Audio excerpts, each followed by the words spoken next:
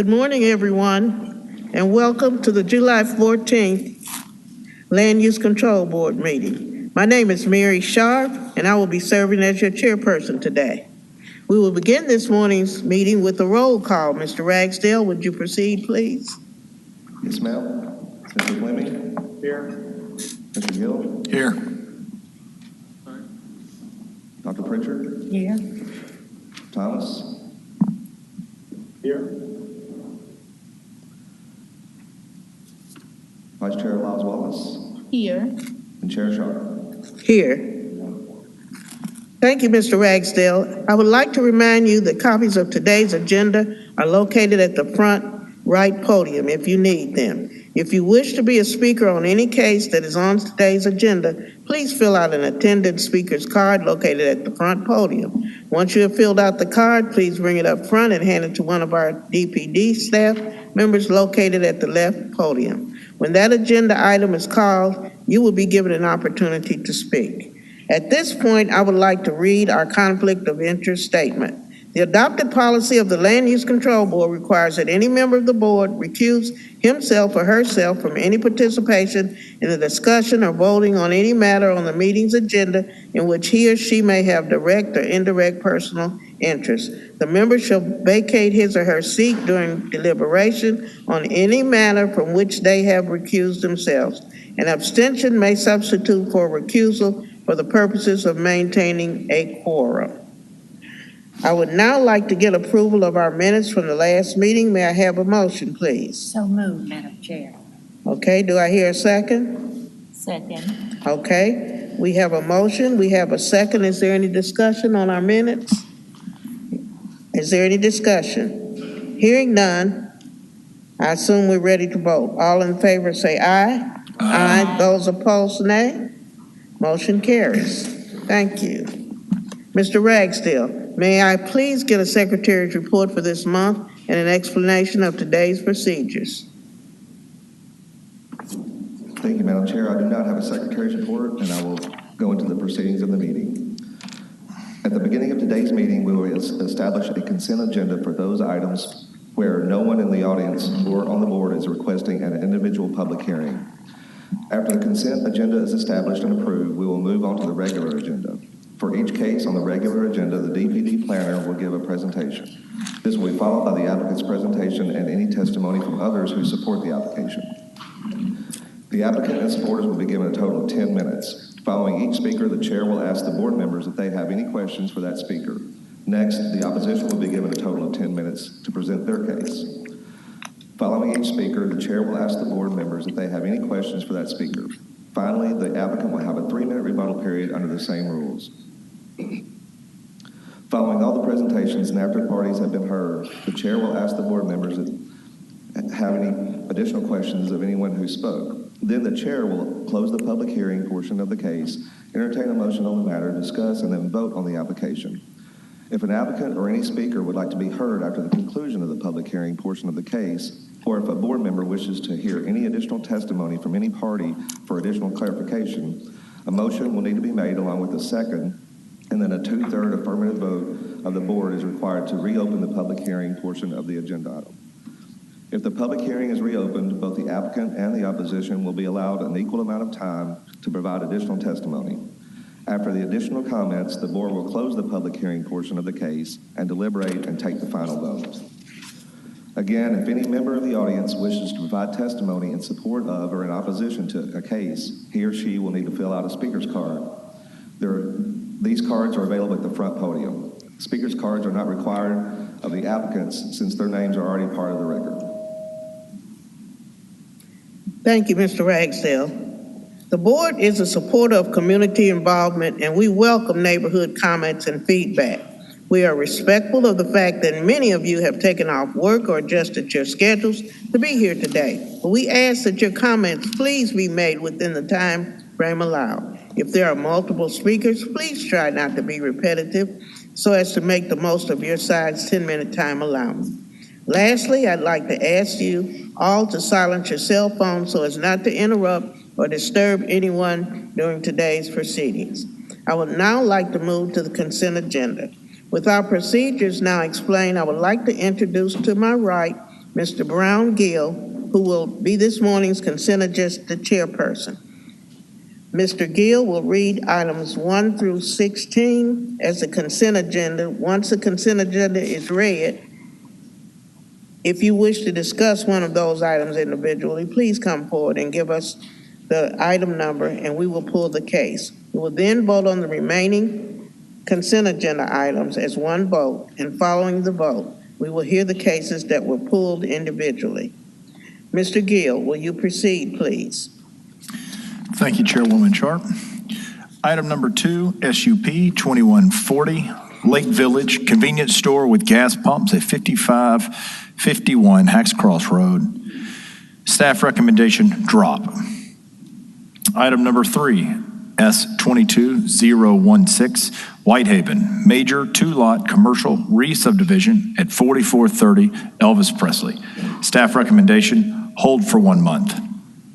Item number 5, MJR 2230, Windike, modification to allow a larger wall sign than is permitted by the outline plan conditions at 4202 Hacks Cross Road. Staff recommendation, approval with conditions. Item number 8, SUP 2220, Cordova adjacent, special use permit to allow a lighted recreational field for Briarcrest Christian School at 9984 Paul Jones Road. Staff recommendation, approval with conditions. Item number 9, MJR 2022-036, Cordova, major modification to allow car wash as a permitted use in existing Avanti North PD at 1650 North Germantown Parkway. Staff recommendation, approval with conditions. Item number 10, MJR 2022-038, U of M area, major modification to allow the expansion of the facilities at 3475 Central Avenue. Staff recommendation, approval with conditions, but there is a friendly amendment, which Brett is going to read now. Thank you, Mr. Gill. So on item 1D, we have a friendly amendment to add 3 words to that condition. After for-profit, we will add and private institutions. So the condition will read, the activities of the Junior League of Memphis, including office space, meetings, and events for the Junior League of Memphis as the principal user, and other nonprofit and for-profit and private institutions. That is the friendly amendment. Thank you. Thank you, Mr. Ragsdale. Item number 11, PD 2022-016, Wolf Chase, major modification to allow car wash as a permitted use in existing Appling I-40 PD at the southeast corner of Appling Road and Reese Road. Staff recommendation, approval with conditions.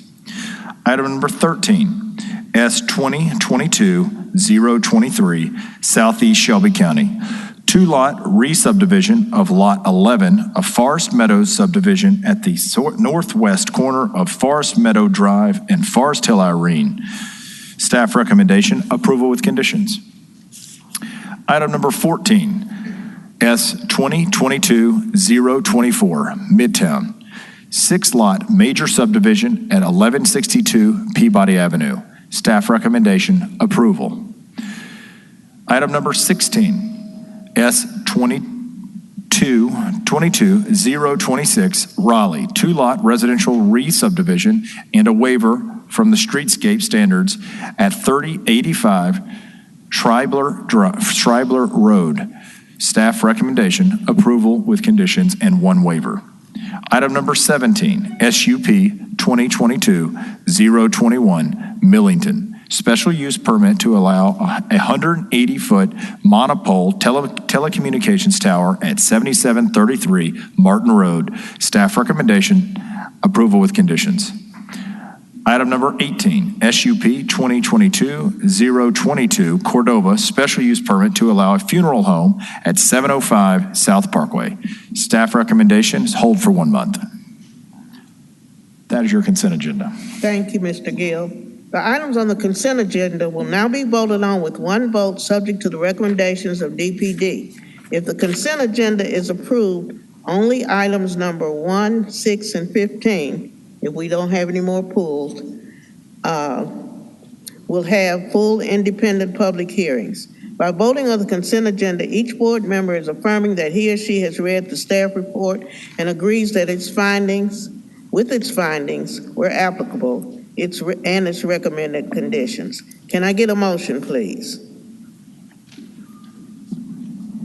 Can I get a motion, please? So moved down here at the end. Okay. Okay, the motion is where he reads all of the, Sure. Item number 2, so here's the consent agenda. Item number 2, SUP 2140.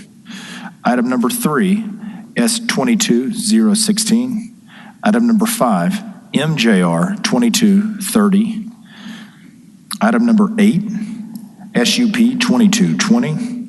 Item number 9, MJR 2022-036.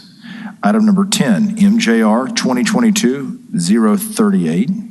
Item number 11, PD 2022-016. Item number 13, S 2022-023. Item number 14, S 2022-024. Item number 16, S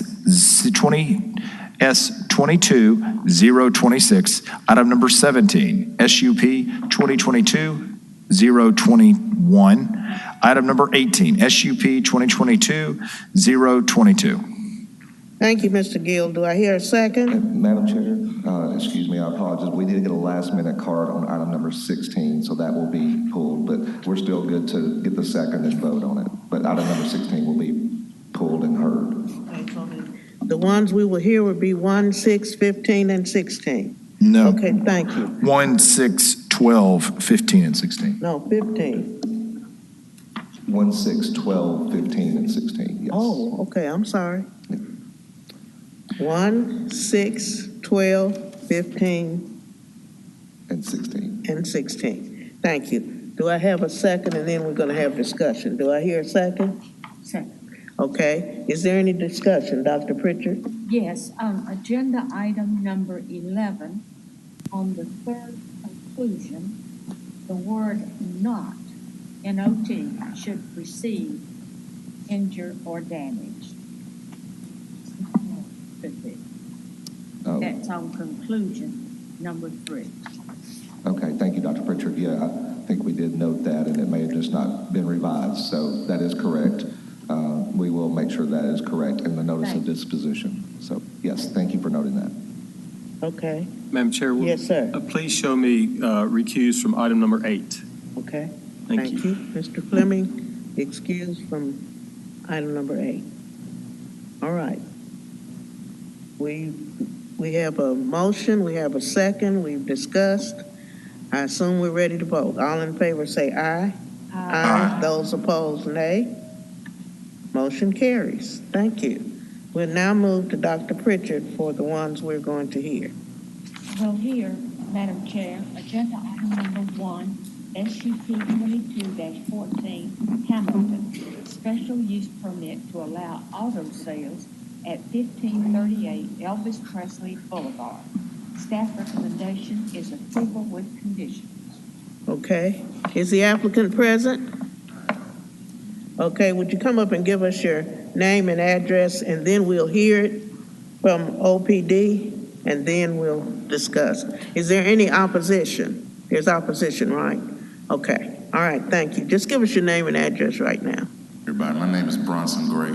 The address is 1538 Elvis Presley Boulevard. Okay, thank you. We'll now hear from the staff.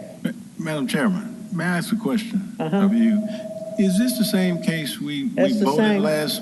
That's the same case, but the applicant wasn't here, and so we voted rejection, but the applicant has come back and asked that it be Okay. heard. All right. And this is the applicant in front of us.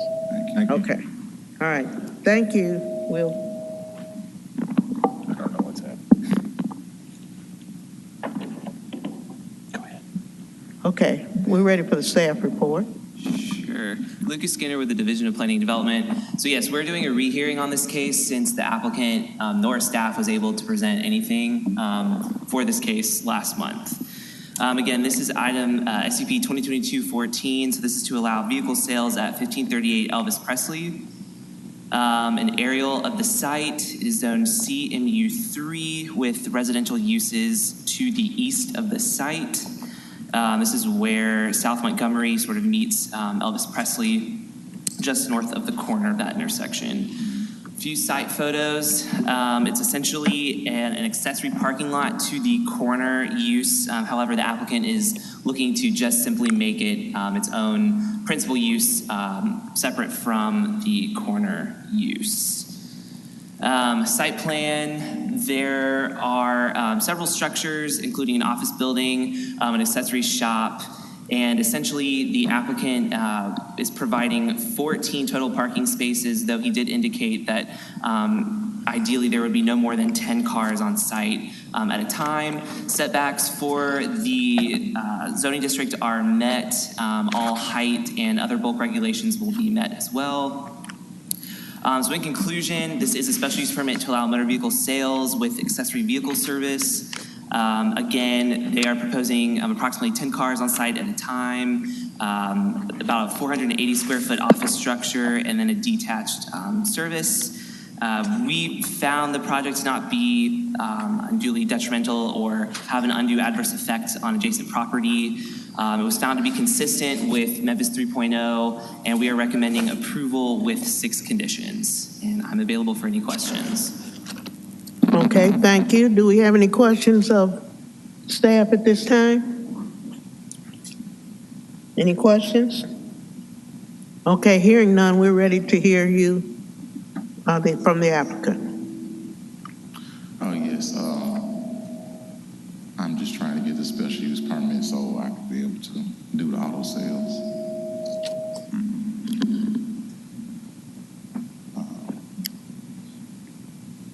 I don't know.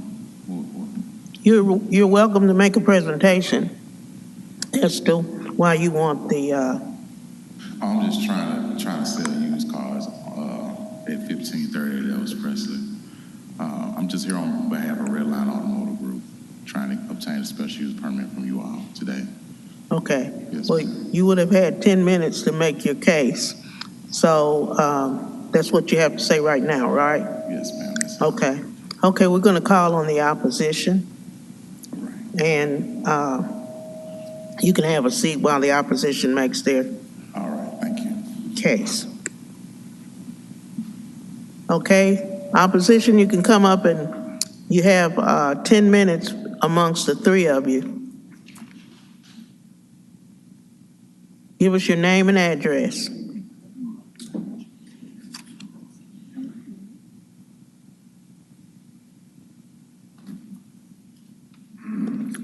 Yes. Good morning. My name is Karen Harrelson. My address is 1484 Montgomery. I'm a product of this community. I'm a graduate of Hamilton High School, and I'm here as a representative of our neighborhood association. We are opposed to a car lot being bought into our community. I say our because you don't have to move out of the community to be a part of this community. We are a close-knit neighborhood, and I don't think a car lot would be beneficial to our neighborhood. I say our because I'm in that neighborhood. My grandmother organized this organization some 30, 40, 50 years ago. That's how close-knit our community is. Bringing a car lot into our neighborhood, if you've driven up and down Elvis Presley, you see car lots, car washes, you see vandalized buildings. Just last week there was, forbid there was a shooting right across the street. We have hotels that, come into our community, but they're not a part of our community. They don't bring anything back to our community. We see a young man that's trying to put something positive in our community. I have Mr. Stewart's grandson just came to me last week that was offered a job to work at a restaurant that's being bought into our community. If you've driven down Elvis Presley, you see the structure, the outside, the investment that has been put into the property. You see yards that has been cut, corner lots that has been restored and brought up to standards. You see houses, people bringing their houses up to standards because they see something positive that's coming into the neighborhood. If you've gone down Evans Presley, the address that they're opposing to bring a car lot sales, it has not been upkept. You got a brick wall that has fallen several months ago. No one is attended to that property. So if it's not being attended to now, what is it going to happen when if a car lot has been allowed to be there? He say 10 cars. Who's going to monitor there's only 10 cars on that lot?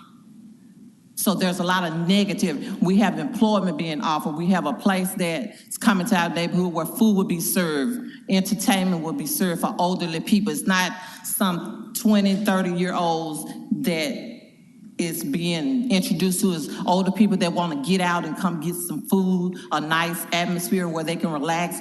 We have people that has been coming to our neighborhood just stopping. What's coming? What's that? They see the value of what's coming into our neighborhood. So we oppose. We have members here that came to the previous meeting. You had a meeting that was scheduled, I think on Memorial Day. The representative did not even show up, wasn't here the last minute, but we have people that took off work to let you know that we're involved in our community. We're concerned about what is brought to our community. Okay, thank you. Next person, Ms. Moulton. Ms. Lillian Moulton.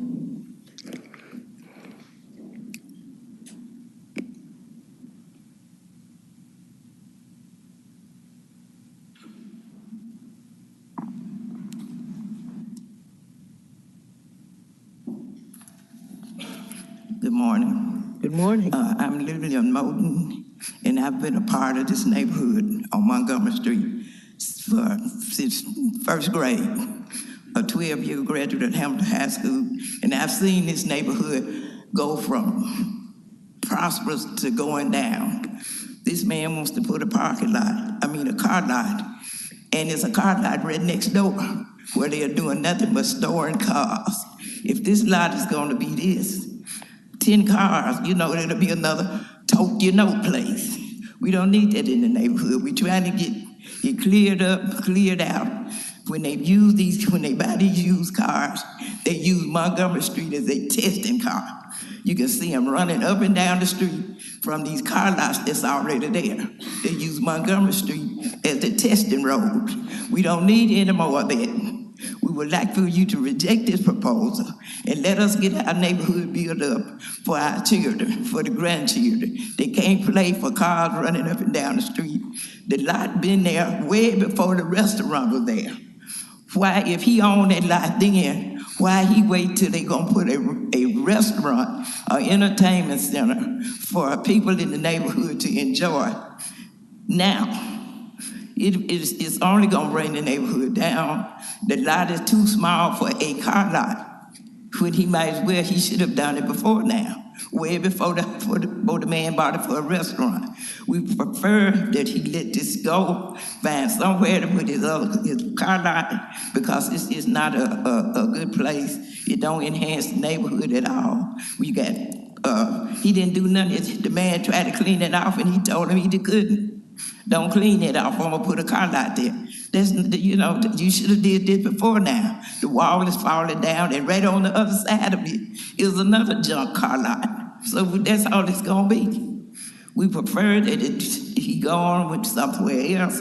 Let us build our neighborhood up and get it back up to where it used to be for our children. Thank you. Thank you, Ms. Moulton. Okay, we have one other card, Larry West.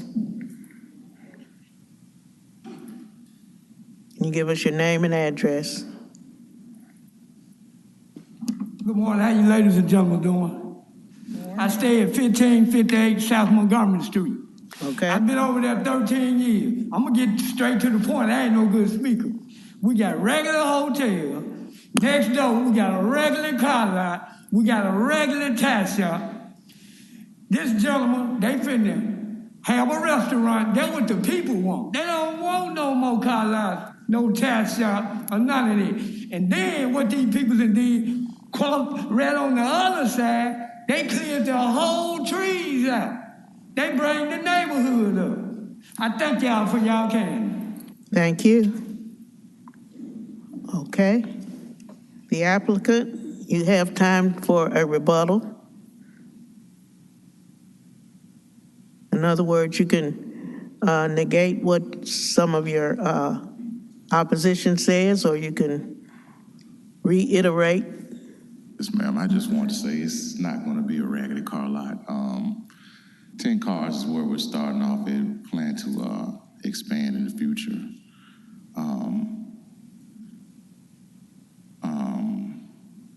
As far as the community, we were trying to make a positive impact on the community by selling good quality used vehicles. That's all. Thank you. Okay, thank you. All right, any questions of anybody before we do the motion? Yeah, I guess my question would be to the, not the applicant, but the opposition. What, if this is something that either one of you may be able to answer, what do you guys propose to be there or could see there that the community would truly support? Okay, which one of the opposition are you speaking to? Any one of them that has the answer for that. Being that you guys are in that community, what do you think? At this time.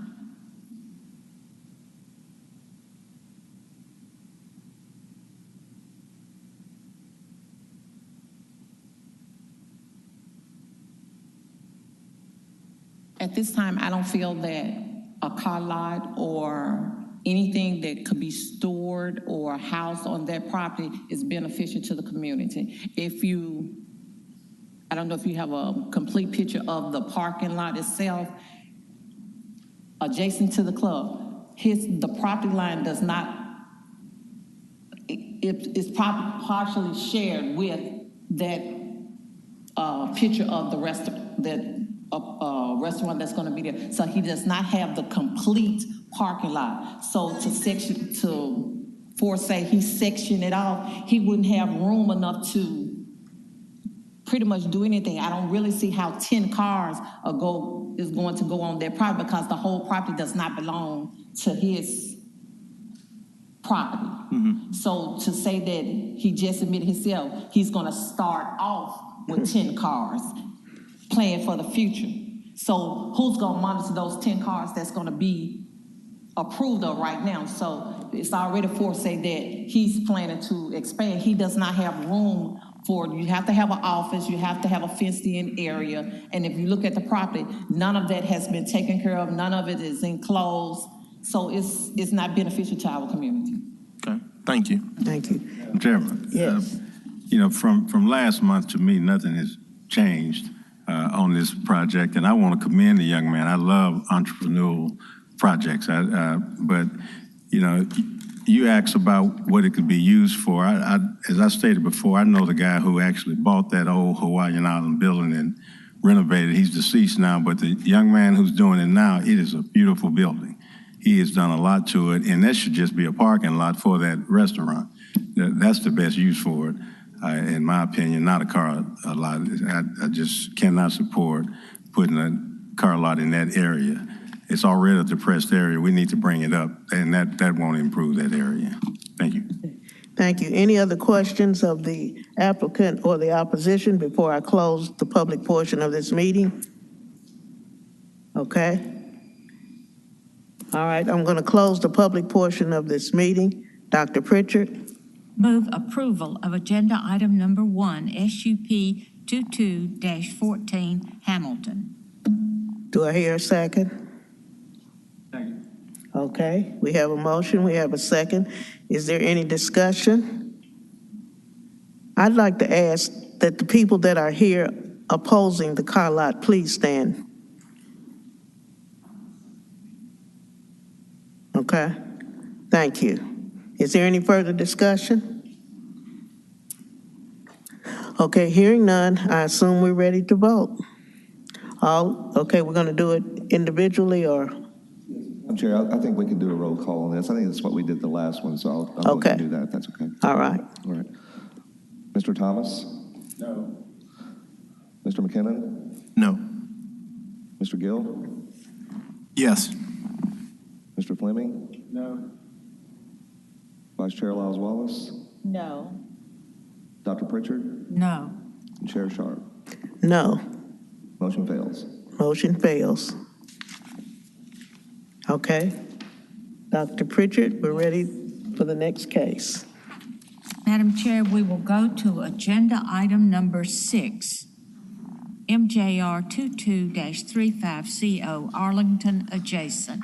Correspondence to SUP 04-213, major modification to expand mining area by approximately 5 acres within the existing special use permit site boundary at 10557 Millington Arlington Road. Staff recommendation is approval with conditions. Thank you, Dr. Pritchard. Is the applicant present? If so, can you give us your name and address, and then we'll have a presentation by OPD. Yes, ma'am. I'm Alan Parks. I'm with Memphis Stone and Gravel Company. We're 670 Cooper Street, Memphis, Tennessee. Also have some other representatives here from my company. I will introduce them as we need to. And also have Mr. Marlon Foster of Knowledge Quest. He's going to make some comments as well.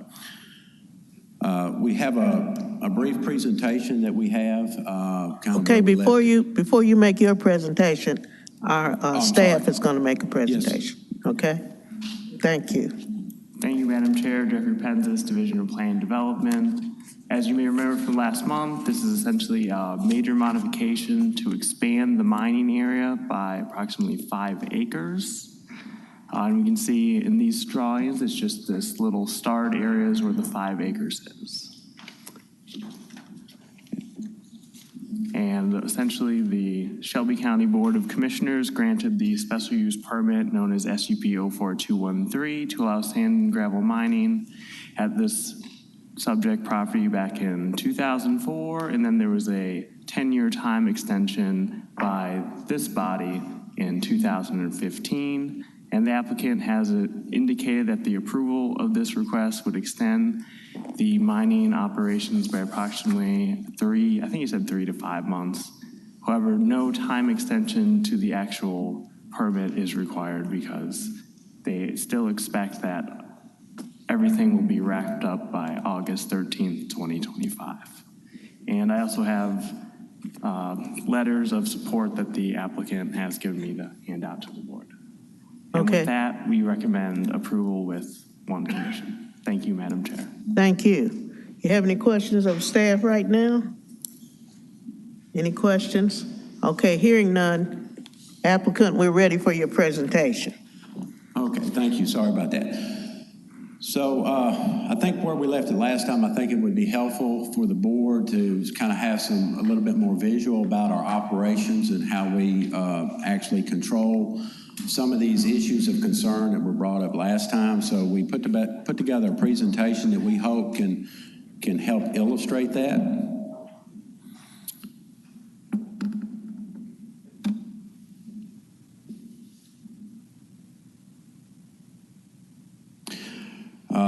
Just to reiterate, Memphis Stone and Gravel Company, we've been in business since 1910. This location up in Arlington, we have about 130 customers approximately that we service out of that location every year. It's a critical source of building materials for the construction economy. And we are just asking for an expansion of approximately 5 acres, which was originally discounted because we didn't think it was good enough to be mined. Now we believe it is as we're ending the project. And it would add about 3 months of production time based on our current estimates. So here we have just a map showing the general location, and those other locations are where we have mined over the last many decades. Next slide. This is the operation, sort of the complex where we have our wash plant and the I've got a pointer here. I don't know if it'll help, but we've got our wash plant is in this location, and we have the area that we're talking about expanding is this this 5 acres right here. We conveyor the material to the wash plant. We use a conveyor, and I have illustrations of what that looks like. Next slide. Again, here's the location. This is kind of the overall mine plan. Most of this has been mined out, and what we're remaining is in these other areas here. Next slide. There's a little bit more detail to the site plan. We plan to construct a berm around the perimeter of the site, and again, no changes to the conditions or the time frame. So these are usual concerns in any application we have, no matter where we go. It's always dust, noise, water quality, trucks, reclamation, property values. And I'm going to try to illustrate how we manage some of these aspects that concern the public. I think by far, trucks are usually the one that gives us a lot of concern, and we've got some systems in place to be able to manage that. We feel like it can be effectively done. Next slide. So here's, I'm going to start off with just a video of the operation. And what I want to emphasize is our material that we're extracting from the ground is naturally moist, as is the overburden that we remove. So the material, the operations generate very little dust. The dust is just mainly generated on our service roads, and we have gravel roads around the operation. So that's generally what causes some dust. So if you would hit the play, it should play a video, and you can kind of see some aspects of the mining operation. So we excavate the material out with a track hoe, and we use front-end loaders to move the material. It gets placed into a conveyor system. And then that's the wash plant. We use water to separate the sand from the rock. There's an example of the load-out operations.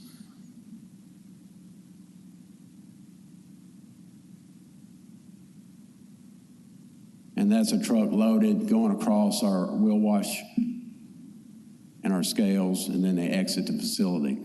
So again, I just want to reiterate, and this is some reclamation just to the west of where we're currently mining. And that's what it will look like once we're done. So just to reiterate again, the material is naturally moist. We're not generating dust from the process. We use water to separate the sand from the rock, and all of that's a wet process. But again, the roads around the operation, they can get dusty, and we have systems in place to manage that. And I'll show what those look like now. Next slide. Just hit next, Jeffrey. Okay, so here is how we control the dust throughout the mine site. We have water trucks that are designated for the site, and if you hit play, it should show a video of what that looks like as it's being applied. It's a pretty effective dust control system, although when we have four weeks of continuous dry weather, it does present a challenge. Again, this just shows you what the material looks like straight out of the mining operations. It's naturally wet, and it's relatively dust-free. Next slide.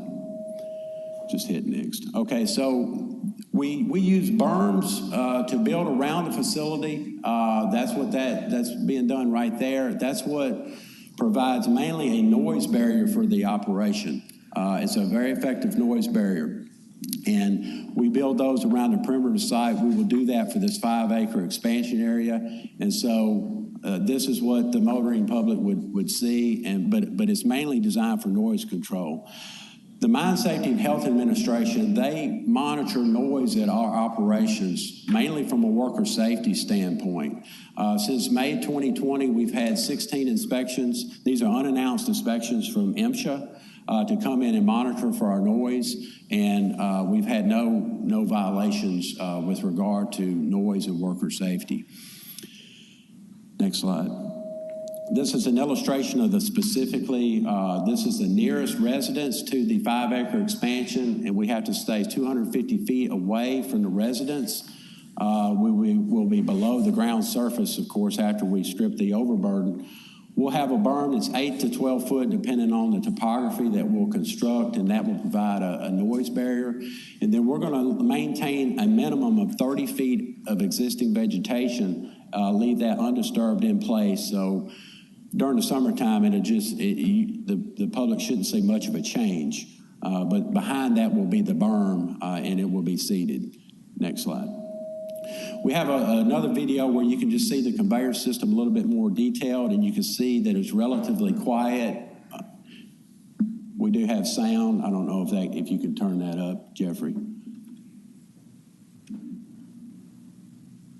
But the conveyor system is how we move probably 90. As you can see, our materials are being transported along conveyor from the mine area, and it's going transported over to our processing plant over Millington Arlington Road.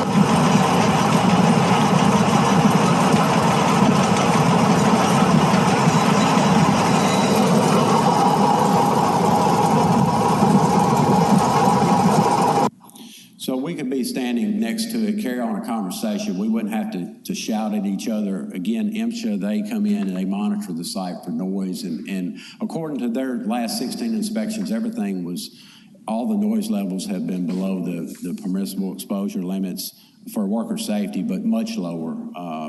They're generally below background speech levels.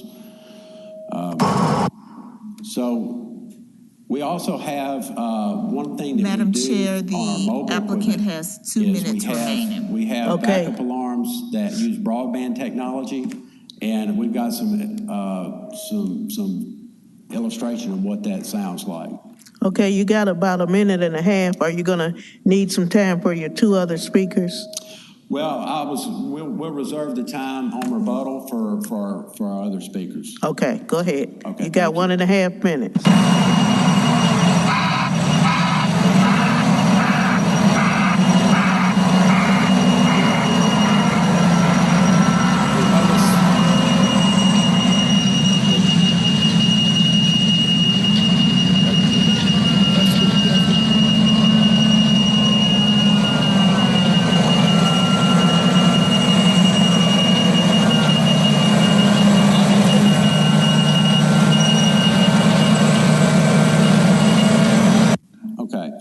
You'll notice those backup alarms, the sound travels with it. That sound is better than the beep, beep, beep of conventional alarms, and we put all of those types of alarms on our mobile equipment, and it's mainly for our neighbors, their benefit, because we feel like it's safer, but it also has a tangible benefit for our neighbors. Next slide.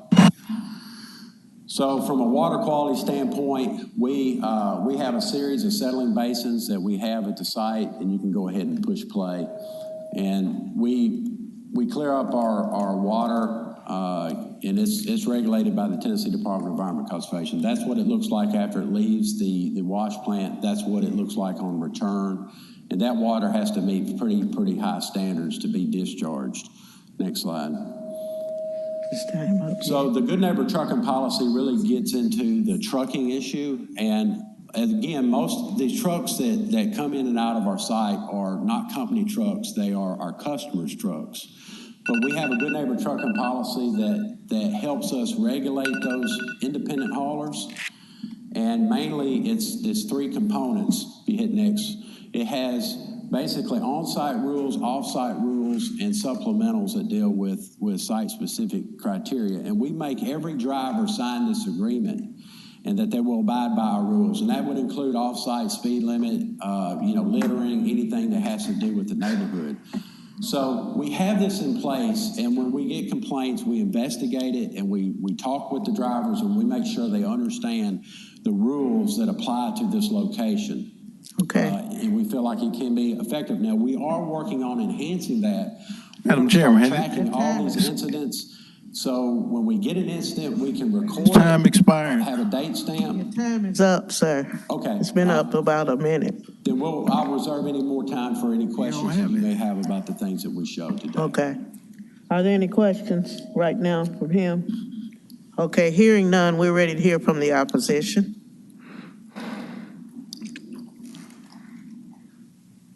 We do have one card opposing. Can you give us your name, address, and you have 10 minutes. These are some new people that were added the last. Got the little chip from all.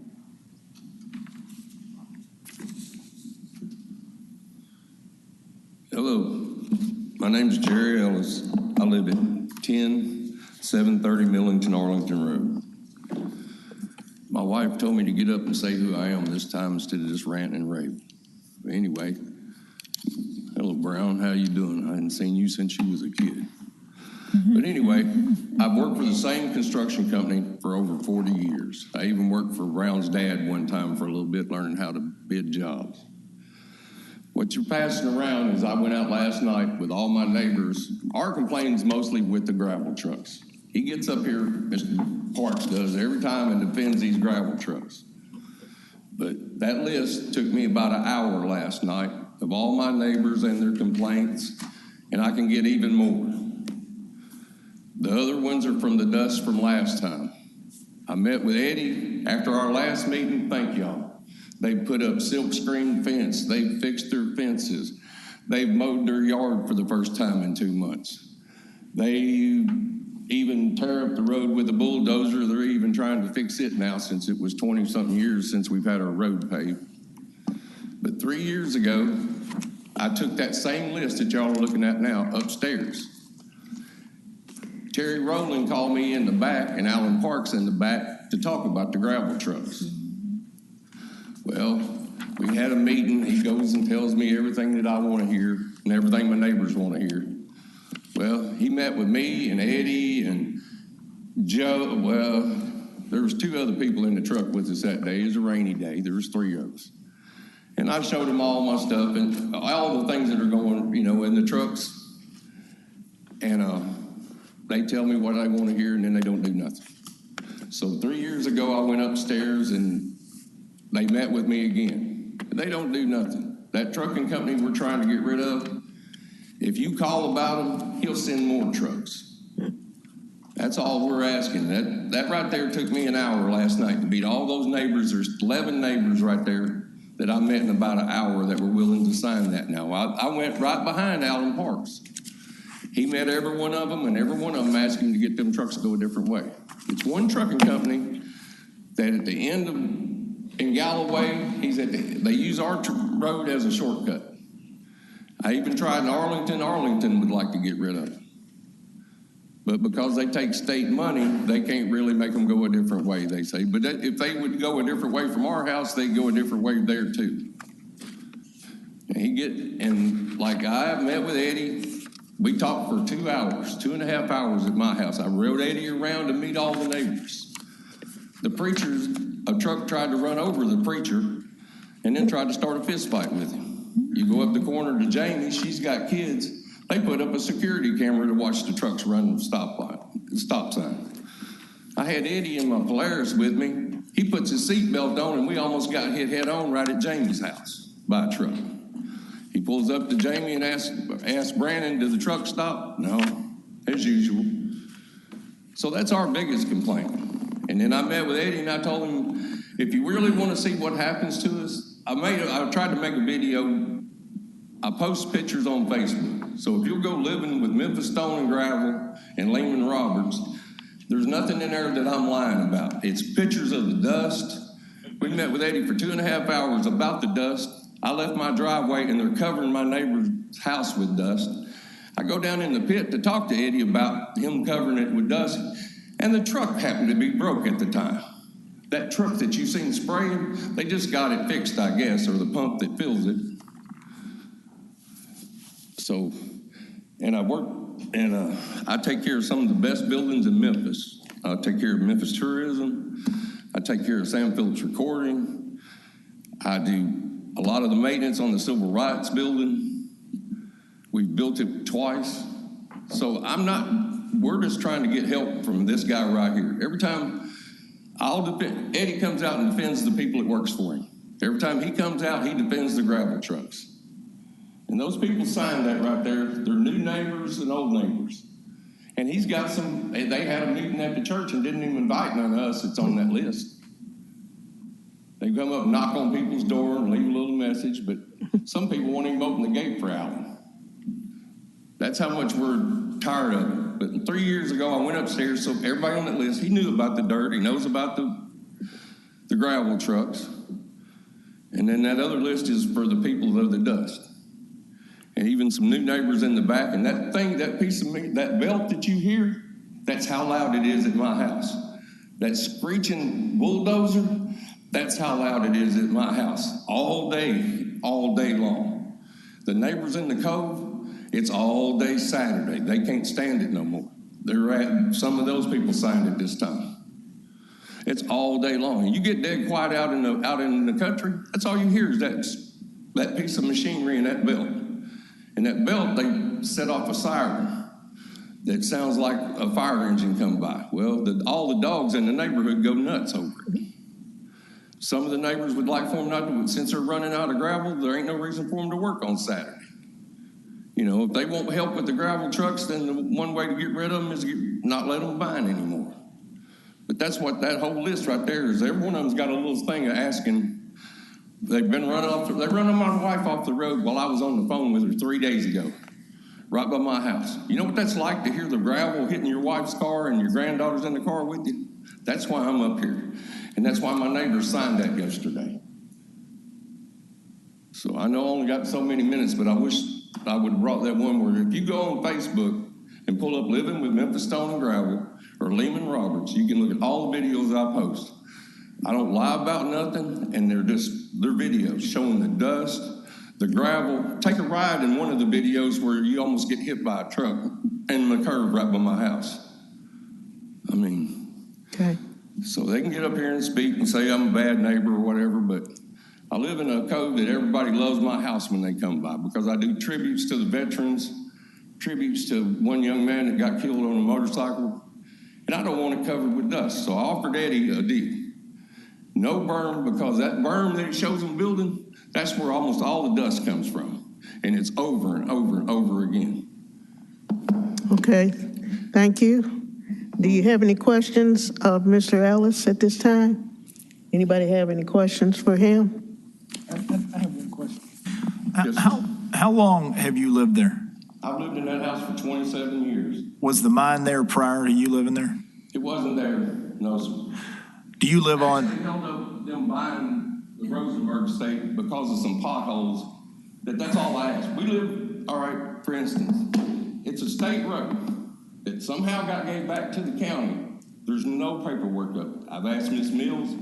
The only piece of paperwork that Darren Sanders could produce was giving Airline and College Memphis Arlington back. There's no paperwork on my road. I met with their friend Lloyd yesterday at Lloyd's mom's house.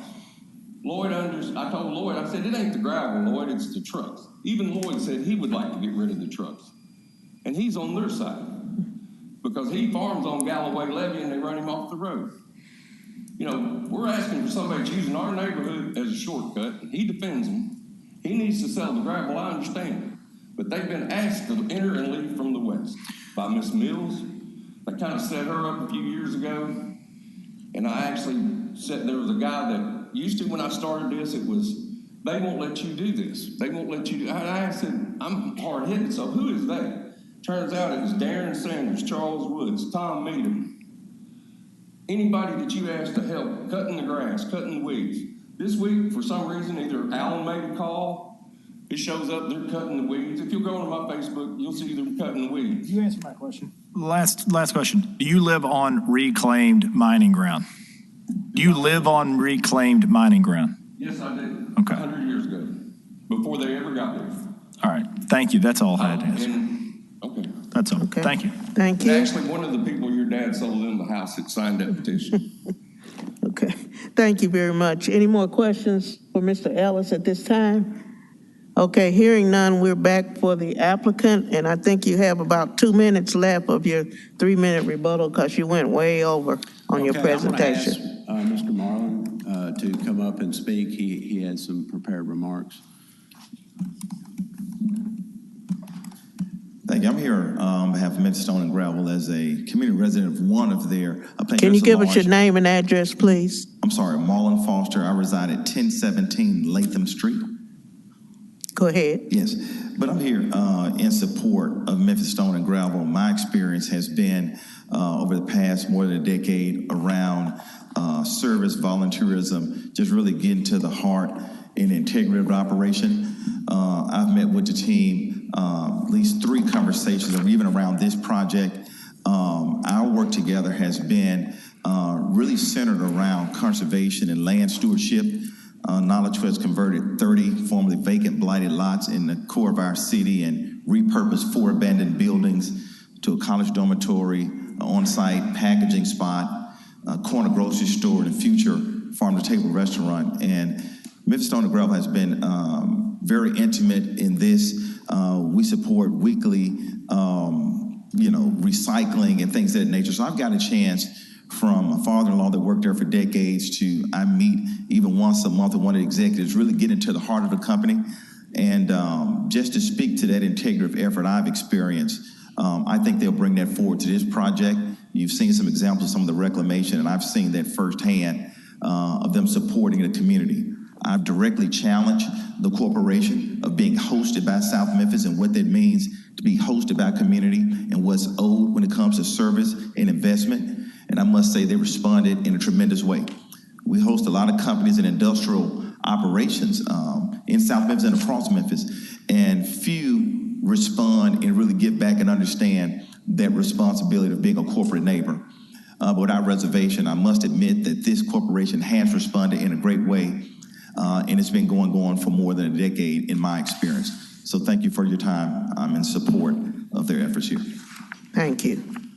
And I'll just close by saying that, our number one concern in our business is the safety and well-being of our employees and our neighbors. We've been up there for, next year will be a half a century in operations. We started out there in 1973.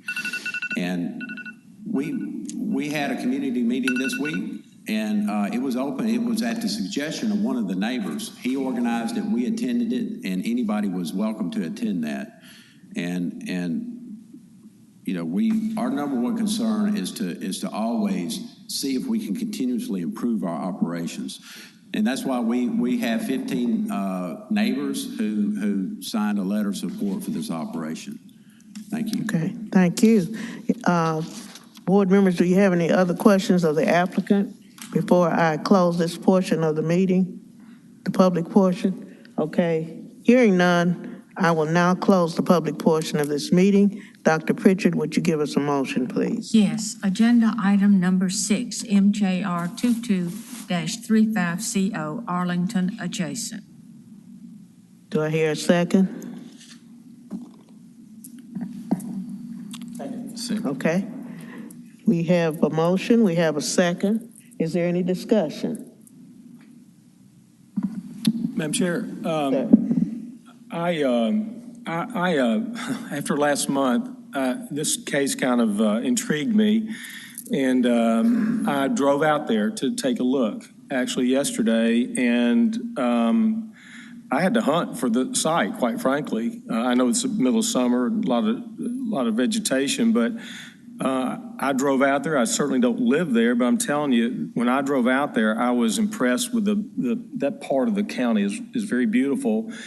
And there are a lot of reclaimed areas with lakes that have been created by mining operations like this, like the gentleman in opposition at his house.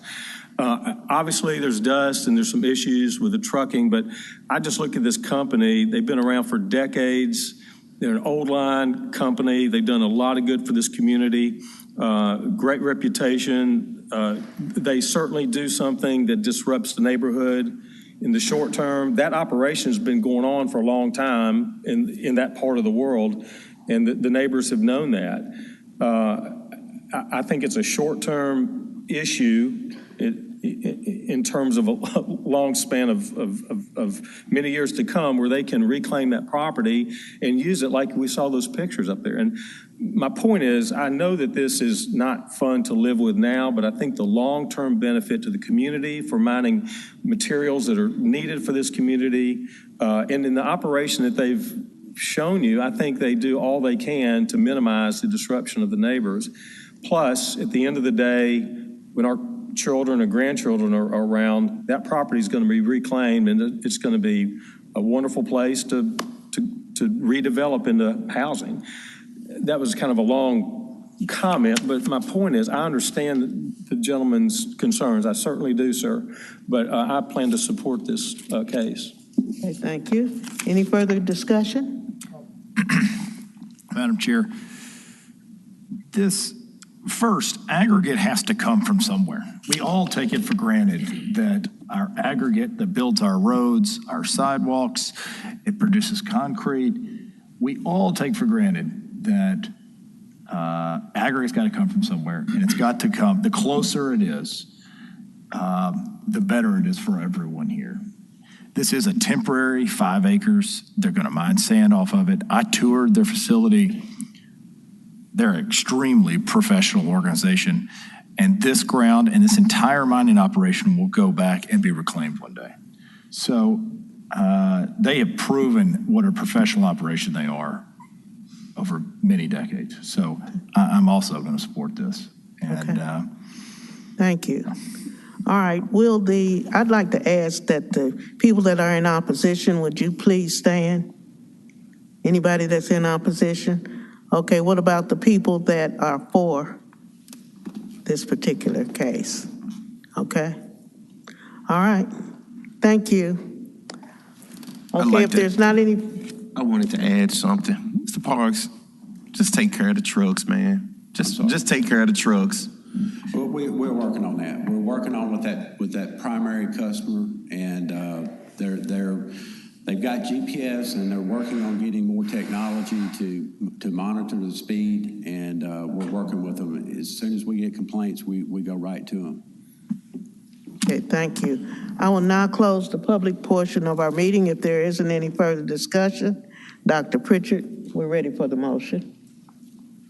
Move approval of MJR 22-35CO Arlington adjacent. Do I hear a second? Second. Okay. Second. All right, thank you. Okay, any further discussion? I think I've done this twice. Okay, I'm sorry. All right, any further discussion? Okay, hearing none, we will vote via roll call. Thank you, Madam Chair. Mr. Thomas? Mr. Fleming? Yes. Mr. Gill? yes.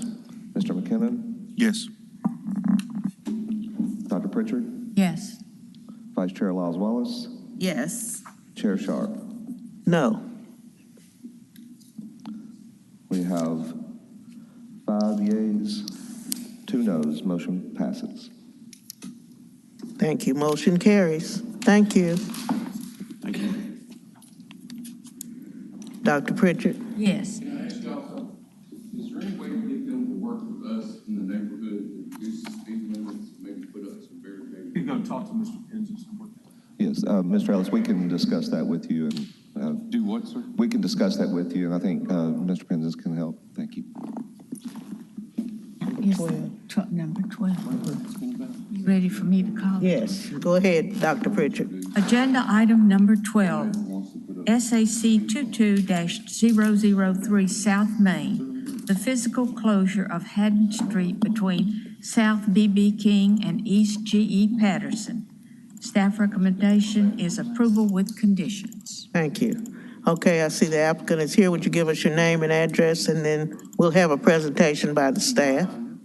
Thank you, Madam Chairman. Brenda Salamito Baser, Salamito Land Planning, 1779 Kirby Parkway, Memphis.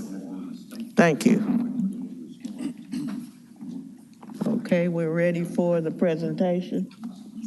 All right. Good morning, members of the board and public. My name is Brett Davis. I work with the Division of Planning and Development. This is case SAC 22-3, a physical street closure request. The right-of-way we're looking at is Haddon Street between B.B. King and G.E. Patterson. The applicant is Care and Development, represented by Ms. Baser today. The total area of the right-of-way requested to be closed is 0.3 acres, and it is within the South Main zoning district, the location of which is seen here. Here is an aerial view provided by the applicant of the right-of-way, which is hatched in green here. So B.B. King is running in a curvy way here with G.E. Patterson To the south, outlined in blue on either side of the right-of-way, are two projects that comprise the Butler Road development, which is being undertaken by KRN Development as well, both of which received density variances by the Board of Adjustment within the past couple years. Here is a photo of the site. It's a little blurry. This is from GE Patterson. This is a new microbrewery along BB King.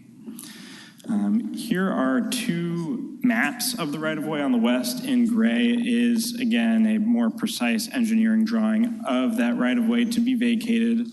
And on the right is an image showing what would be done with the vacated land. So there's two sections, generally speaking. The north would be converted into a pedestrian plaza protected by bollards, the extension of sidewalk, and perhaps street trees that would tie together both sides of the Butler Road project. The southern half of the street would become a driveway, which would serve this existing strip commercial center, seen in this photograph on the left, for access to their rear parking area. This is an image showing Butler Row as it's been proposed. So this site here is not a part of that development, and these other buildings are. And a rendering provided by the applicant showing what that pedestrian plaza on the northern end of the street might look like. So in conclusion, I'm going down to the third point. I've covered the first two. Staff finds that the requested closure would augment vehicular safety by discouraging drivers from traveling the wrong way down BB King. You might have seen it before, where people coming off Butler here take a right the wrong way down BB King to access Haddon. And we do find that closing the street would reduce that hazard, and it would also contribute to the design goals of the adjacent development. And it would do all of this without any negative impact on downtown's street connectivity network. So we are recommending approval with conditions. Thank you. Thank you. We have any questions of Mr. Davis right now? Okay, hearing none, we're ready for your presentation.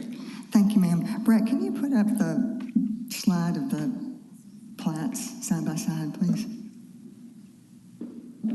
Again, thank you. Brenda Salamito Baser, Salamito Land Planning, here on behalf of Mr. Scott Kern with Urban Development. We are in agreement with staff's conditions of approval.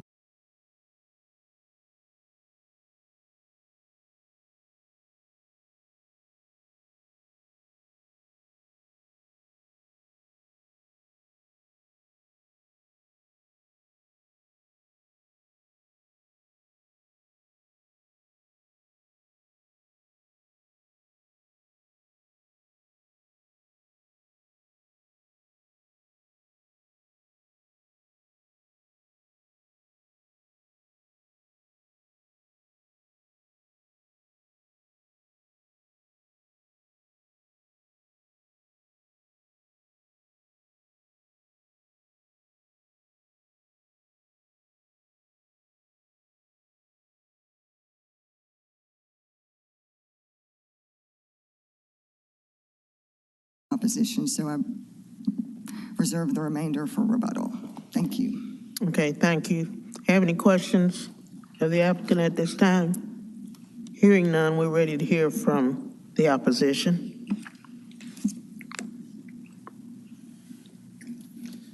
Good morning. My name is Ibrahim Yassin. I'm the owner of Renee's Sandwich Shop, which is located 202 East GE Patterson. The reason I'm here actually because I didn't know if they were gonna close, because I have access to my parking lot in the building that's located actually the entrance of that building at Haddon Street. And I hear that they said they're gonna keep that part of the street open.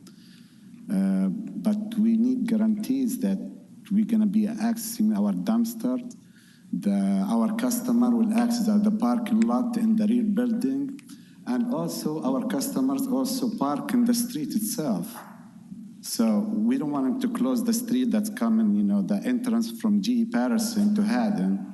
They can close the other side, but they should not close, because we have a big dumpster. And once you deed the street to the owners on either side of the buildings, I don't want them to close the street on a long way where the dumps, where they cannot go inside and pick the dumpster, and where our customer can park in the back of the building. That's all I need, just to make sure that, they're not gonna close that part of the street where we can access our parking lot and the dumpster can be accessed, and that's all we need, actually. Thank you. Okay, thank you. Ms. Basar, do you have any rebuttal for him? Yes, ma'am. We just want to reassure the tenant that that portion of the street will remain open for access, for parking, and access to his dumpster, just as his access won't change. Okay, thank you. Any questions of either the applicant or the opposition? Okay, hearing none, I'm going to close the public portion of the meeting. Dr. Pritchard. Move approval of agenda item number 12, SAC 22-003.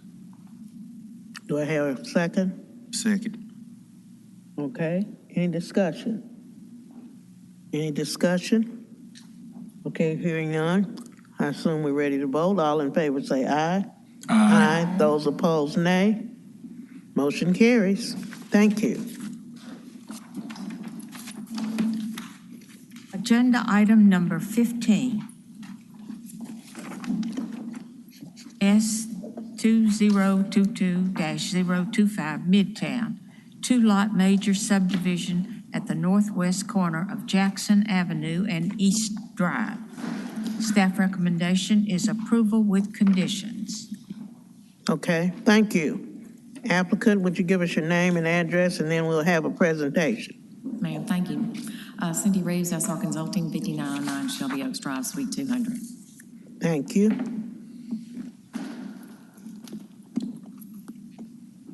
All right. Lucas Skinner again with Division of Planning and Development. This is case S2022-25. Again, a two-lot residential re-subdivision at Jackson and East Drive. The aerial of the site, this is at the northwest corner. I will get into the re-subdivision portion, but it's zoned R6. Lots of residential uses within the immediate and general vicinity. A few site photos. It's currently a vacant lot. A lot of existing vegetation on the north boundary there. So again, this is lot one of the first addition to Palmer Hills subdivision from 1938. So it's essentially been this way the entire time. The parcels to the north and east along East Drive are smaller in size, given to this lot number one. So for the preliminary plan for this subdivision, again, be two lots. One approximately just over 6,000 square feet, another a little larger, just over 8,200 square feet. The lots meet all of the bulk regulations of the underlying R6 district, especially considering the existing plat calls for larger front and side setbacks than the current R6 district. So with that, we are recommending approval with just two conditions, and it was also found to be consistent with Memphis 3.0. So with that, I'm available for any questions. Thank you, Mr. Skinner. Do we have any questions for Mr. Skinner? Okay, hearing none, we're ready for the applicant to make a presentation. Thank you. I want to thank staff for helping us with this application. They've done a very good job.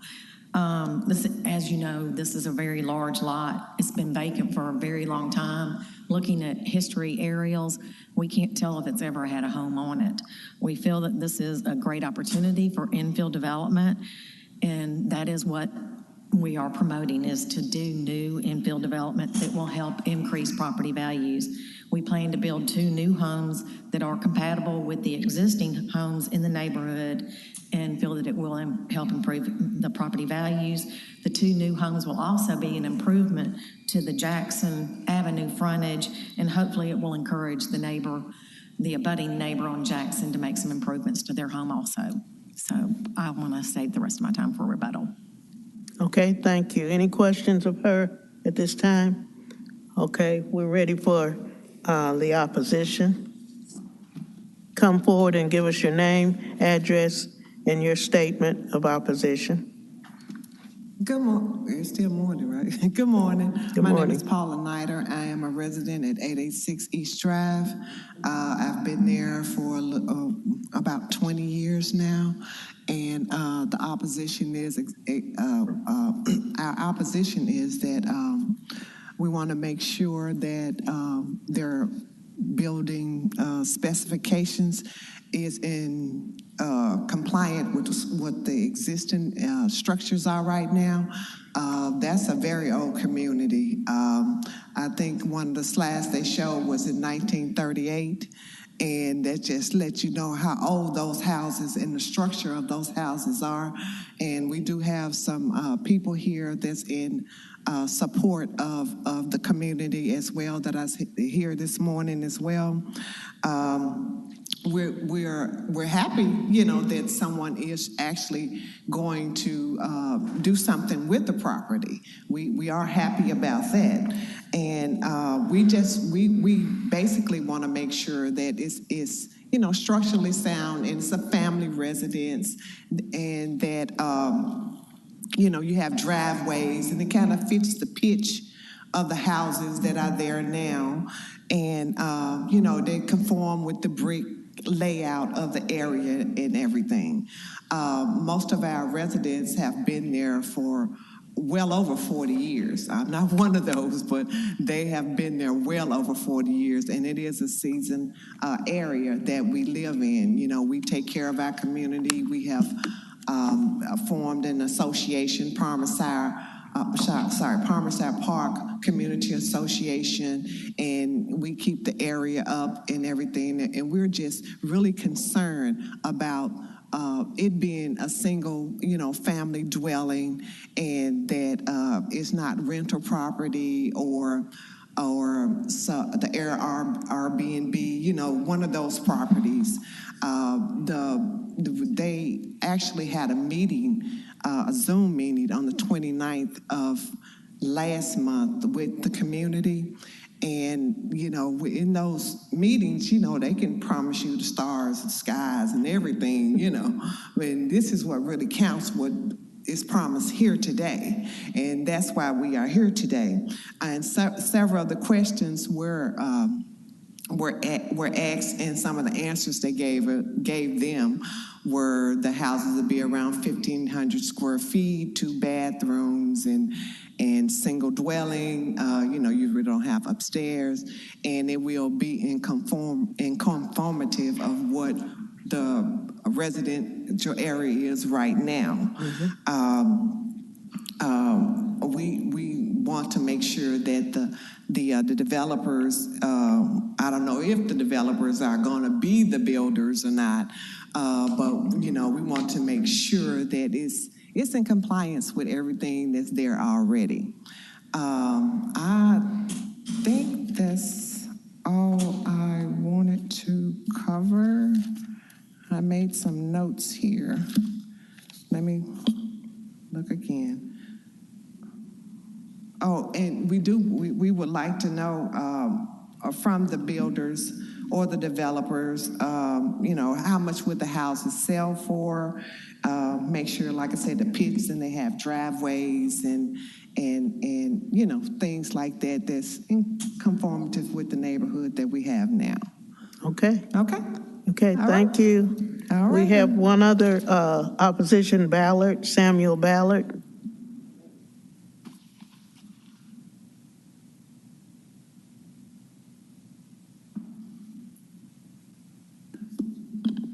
My name is Samuel Ballard. I live 932 Big Street. I'm the president of the Parmasar Park Community Association. I've lived in this community for 47 years. And I like what our treasurer just said about the things that we are concerned about. The idea, though, is to know if we can get some kind of confirmation as to how things will be handled so that it won't be like, whatever after we leave this meeting today. So the thing that we're asking is if the conformity will be with the housing design that's already there rather than some new idea. The houses are they're facing East Drive, from what I understand. Therefore, the housing design should be similar to houses on East Drive, not Jackson. And also concerned about whether the houses are going to have a different design idea. I believe that has been covered. So I want to say that our basic opposition has to do with whether we are going to have the developers actually saying what they're going to do and if they're going to actually be the builders themselves. So that's what I want to hear before we leave today. Okay, thank you. Any questions of the opposition at this time? Okay, Ms. Reeves, we're ready for your rebuttal. Thank you. We are very sensitive to the other homes on East Street, and we've already engaged an architect in order to start looking at some designs. So we are definitely going to be compatible with the neighborhood, and not the Jackson neighborhood, but the East neighborhood. It is a wonderful neighborhood. We would love to come to one of the neighborhood meetings and be a part of the neighborhood, and we definitely would like to do that. This is 2 single-family homes, and they will have driveways on East Road. They're $180,000 to $200,000 to build, and they will be compatible and very similar to all the other homes on East Street. So we can assure you of that. And the developer is also the builder, who's also built other homes in that area. Thank you. Okay, thank you. You have any questions of Ms. Reeves at this time? Okay, hearing none, I assume we're going to end the public portion of this meeting, and we're going to ask for the motion. Move approval of agenda item number 15, S2022-025. Do I hear a second? Second. Okay, we have a motion. We have a second. Is there any discussion about this particular item? Madam Is Chair, there any discussion? Yes, sir. I just want to thank the neighbors for coming down. I love this neighborhood, love the fact that you're engaged. I've known Ms. Reeves for a long time. She's going to do the right thing. Our role is to re-subdivide. Her role is to do what she said. We've done all we can do today. I have every reason to believe you're going to have 2 really nice houses that are going to complement the neighborhood. So if not, Cindy, I'll come see you. So I'm sure it'll be great. Thank you. Thank you, Mr. Fleming. Any other discussion? Okay, hearing none, I assume we're ready to vote. All in favor, say aye. Aye. Those opposed, nay. Motion carries. Thank you. Agenda item number 16, S22-26, 3085 Scheibler Road. The request is a preliminary plan approval of a 2-lot residential re-subdivision and a waiver from the streetscape standards. Staff recommendation is approval with conditions and 1 waiver. Okay, are you the applicant? Go ahead and give us your name and address. Tim McCaskill with the Reeves Firm, 6800 Poplar Avenue. Thank you. We'll now have a presentation by the staff member, Mr. Davis. Yes, ma'am. Again, Brett Davis, Division of Planning and Development. This is another 2-lot residential re-subdivision case. If I may, I'd like to walk you through my staff report, which was previously disseminated to everybody. So this case is located at 3085 Scheibler Road. The owner and applicant is Three Brothers LLC, represented by Mr. McCaskill. And in addition to the 2-lot re-subdivision, a waiver from the streetscaping standards has been requested, meaning the applicant would like not to build any sidewalk. There is an existing curb, and also not to plant street trees. The total area of the existing lot is 1.2 acres, excuse me, and this is in the residential single-family 10 zoning district. Let's see. All right. So again, this is in the Raleigh neighborhood.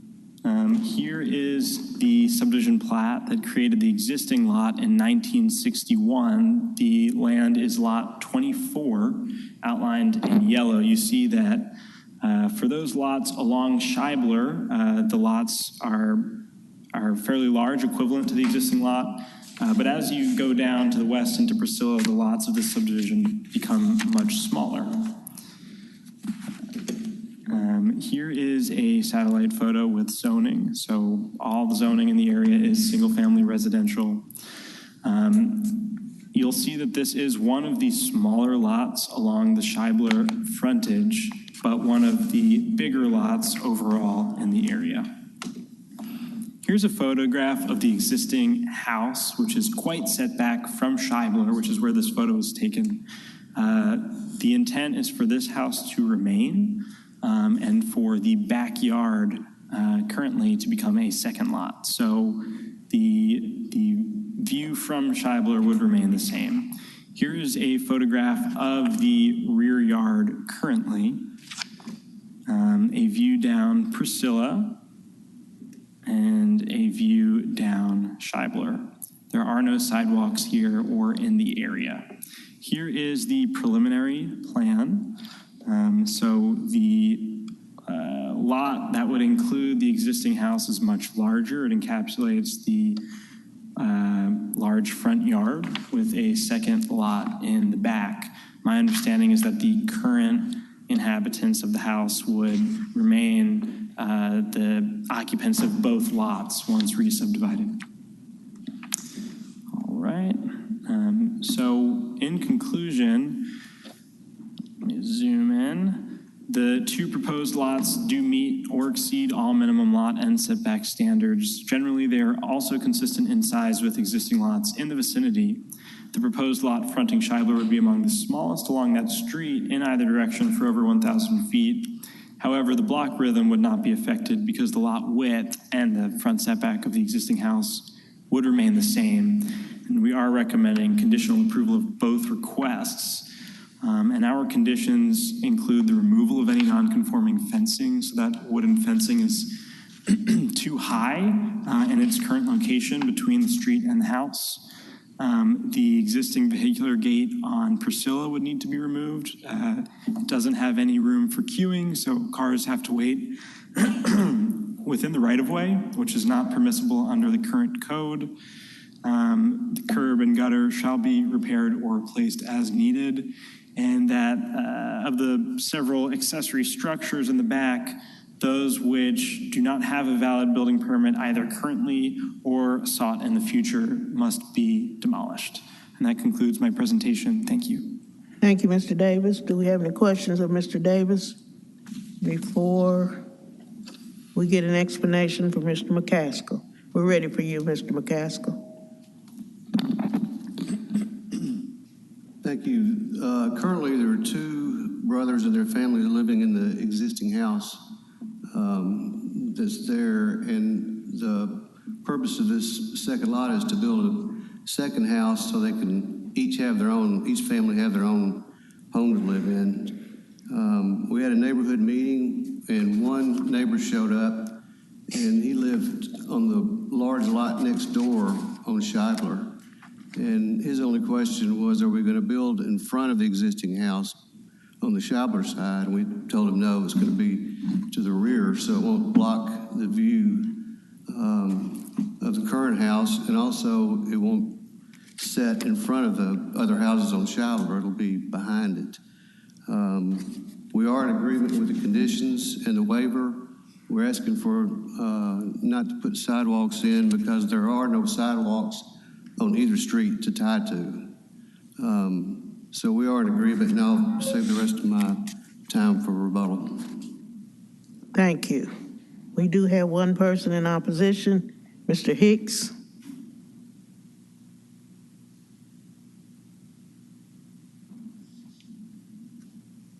give us your name and address, and then you can make your presentation.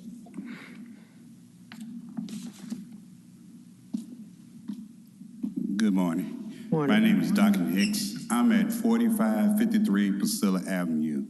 I'm uphill across from this resident. Even though the address is on Strasburg, the majority of what I see is on Priscilla. And the pictures you show on Priscilla doesn't show just what's all there. There is a lot of structures on the property. And in that neighborhood, it's the one that all the neighbors, he said he had a meeting, but I'm not aware, and I live right there. So most of my neighbors that's around in the area, because I've been there almost 30 years, long before a lot of the people already moved there, they're not in agreement to what's already there, let alone, because it's like a farm there now. Mechanic shops, buildings, and everything.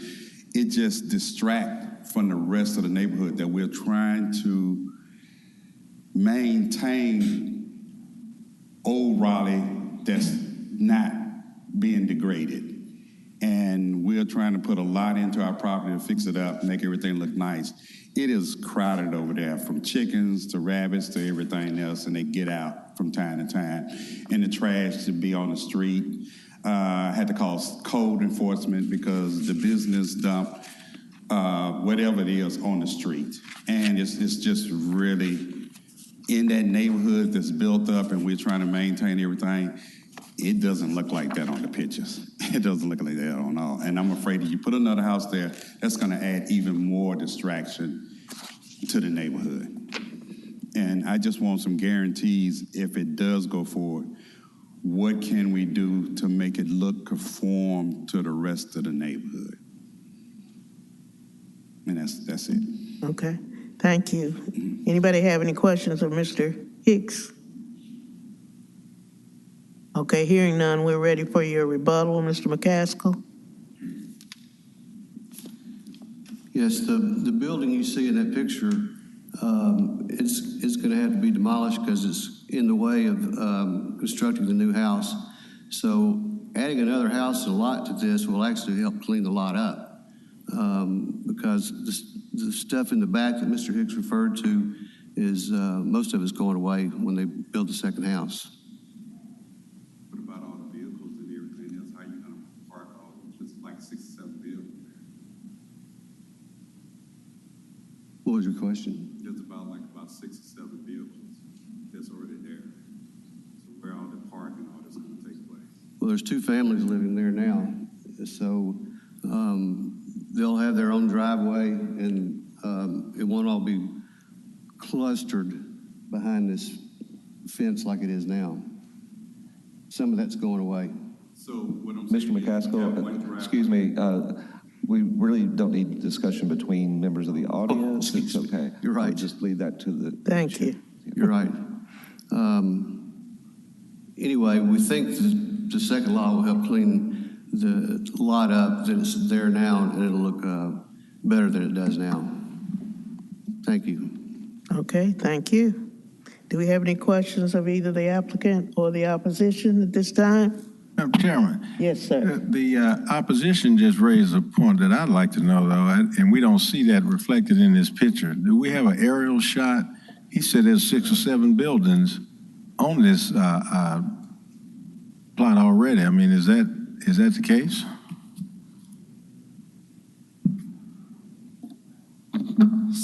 Did you say 7 vehicles? Buildings.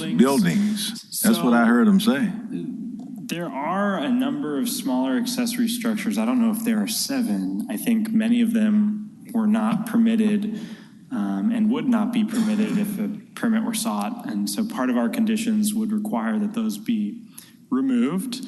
They include a garage, what I believe is a chicken coop. Of course, any roosters would not be allowed in this neighborhood. I think there was a rooster there when I made my site visit.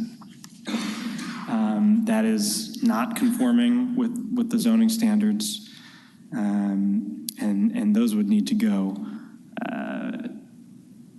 I don't know if that answers your question, but there were about 2 or 3 accessory structures. You saw there was, here's the chicken coop. Here's that garage. And this, I'm not exactly sure what it is. It looks like it could be a trampoline, but I'm not totally sure.